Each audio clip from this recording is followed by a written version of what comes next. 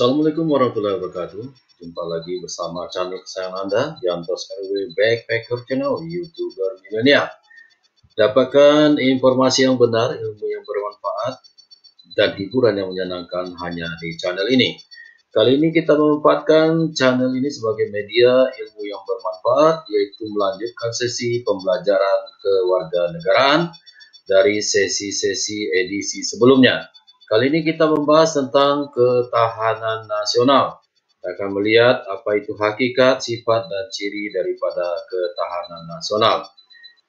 Baik, ketahanan nasional adalah perihal tahan atau kuat keteguhan hati, ketabahan dalam rangka kesadaran. Dalam arti bernegara adalah penduduk dari suatu wilayah tertentu yang telah mempunyai pemerintahan nasional dan berdaulat. Jadi, ketahanan nasional adalah tingkat keadaan keuletan dan ketangguhan bangsa dalam menghimpun dan mengerahkan keseluruhan kemampuan, mengembangkan kekuatan nasional yang ada, sehingga merupakan kekuatan nasional yang mampu dan sanggup menghadapi segala ancaman, tantangan, hambatan, dan gangguan terhadap keutuhan maupun kepribadian bangsa dalam mempertahankan kehidupan dan kelangsungan cita-citanya. Hakikat dari ketahanan nasional adalah kemampuan dan ketangguhan suatu bangsa untuk dapat menjamin kelangsungan hidupnya menuju kejayaan bangsa dan negara. Nah, sifat ketahanan nasional. Adapun sifat-sifatnya sebagai berikut. Yang pertama adalah menunggal. Yang kedua, mawas ke dalam. Yang ketiga, berkewibawaan. Yang keempat, berubah menurut waktu. Yang kelima, tidak membenarkan sikap adu kekuasaan atau adu kekuatan. Yang kelima, percaya pada diri sendiri, self-confidence, dan tidak bergantung pada pihak lain, self-reliance. Azas-azas ketahanan nasional adalah tata laku berdasarkan nilai-nilai Pancasila, Undang-Undang Dasar 1945, dan wawasan Nusantara yang terdiri dari 1. Azas kesejahteraan dan keamanan. Kesejahteraan dan keamanan merupakan azas dalam sistem kehidupan nasional. Tanpa kesejahteraan dan keamanan, sistem kehidupan nasional tidak akan dapat berlangsung. Kesejahteraan dan keamanan merupakan nilai intrinsik yang ada pada sistem kehidupan nasional itu sendiri. Kesejahteraan maupun keamanan harus selalu ada pendampingan pada kondisi apapun. Dalam kehidupan nasional, tingkat kesejahteraan dan keamanan nasional yang dicapai merupakan tolak ukur ketahanan nasional. Yang kedua adalah azas komprehensif integral atau menyeluruh terpadu. Ketahanan nasional mencakup ketahanan segenap aspek kehidupan bangsa secara utuh, menyeluruh dan terpadu, komprehensif integral. Kemudian ketiga, azas mawas ke dalam dan mawas keluar. Mawas ke dalam tujuannya untuk menumbuhkan hakikat, sifat, dan kondisi kehidupan nasional itu sendiri berdasarkan nilai-nilai kemandirian yang proporsional untuk meningkatkan kualitas derajat kemandirian bangsa yang ulet dan tangguh. Hal ini tidak berarti bahwa ketahanan nasional mengandung sikap isolasi atau nasionalisme yang sempit. Kemudian mawas keluar, tujuannya itu untuk dapat mengantisipasi dan berperan serta mengatasi dampak lingkungan strategis luar negeri dan menerima kenyataan adanya interaksi dan ketergantungan dengan dunia internasional. Kehidupan nasional semampu mengembangkan kekuatan nasional untuk memberikan dampak keluar dalam bentuk daya tangkal dan daya tawar, interaksi dengan pihak lain diutamakan dalam bentuk kerjasama yang saling menguntungkan. Selanjutnya adalah azas kekeluargaan. Azas keluarga mengandung keadilan, kearifan, kebersamaan, gotong royong, tegang rasa, dan tanggung jawab dalam kehidupan bermasyarakat, berbangsa, dan bernegara. Azas ini mengakui adanya perbedaan. Perbedaan tersebut harus dikembangkan secara serasi dalam hubungan kemitraan agar tidak berkembang menjadi konflik yang bersifat menghancurkan. Nah, pembinaan ketahanan nasional. Dalam upaya memperkuat ketahanan nasional memerlukan langkah pembinaan sebagai berikut. Yang pertama, pengamalan Pancasila secara objektif dan subjektif terus dikembangkan serta ditingkatkan. Yang kedua, Pancasila sebagai ideologi terbuka perlu direlevansikan dan diaktualisasikan nilai instrumentalnya agar tetap mampu membimbing dan mengarahkan kehidupan dalam bermasyarakat, berbangsa, dan bernegara selaras dengan peradaban dunia yang berubah dengan cepat tanpa kehilangan jati diri sebagai bangsa Indonesia.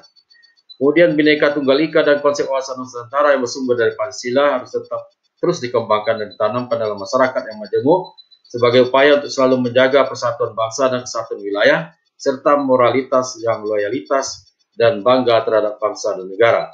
Di samping itu, anggota masyarakat dan pemerintah perlu bersikap wajar terhadap kebinekaan.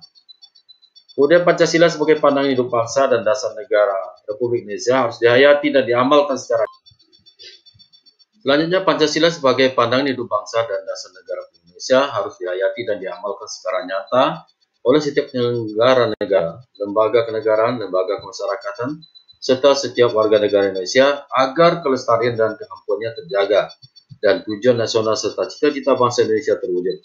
Dalam ini, suri tauladan para pemimpin penyelenggara negara dan pemimpin tokoh masyarakat merupakan hal yang sangat mendasar.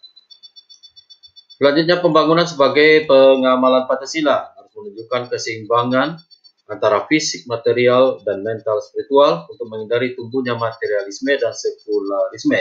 Dengan memperhatikan kondisi geografi Indonesia, pembangunan harus adil dan merata di seluruh wilayah untuk memupuk rasa persatuan bangsa dan kesatuan wilayah. Kemudian pendidikan Pancasila ditanamkan pada sejak dini dengan cara mengintegrasikannya ke dalam mata kuliah atau mata pelajaran, ya. Dan juga pendidikan Pancasila, pembelajaran Pancasila juga perlu diberikan kepada masyarakat luas secara non-formal.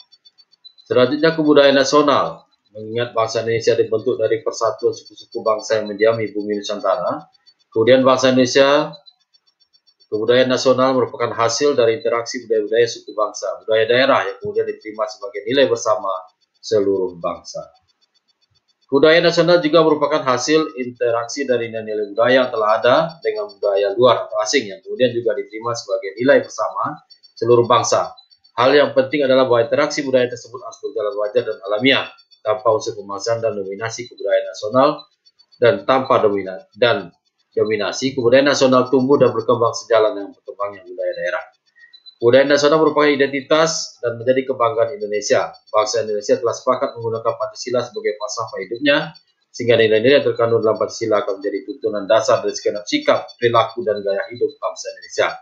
Secara umum, gambaran identitas bangsa Indonesia berdasarkan tuntunan Pancasila adalah manusia dan masyarakat yang memiliki sifat-sifat dasar, bersifat religius, bersifat kekeluargaan, bersifat serba selaras, dan bersifat kerakyatan. Penjabaran ketahanan nasional dan pembangunan nasional.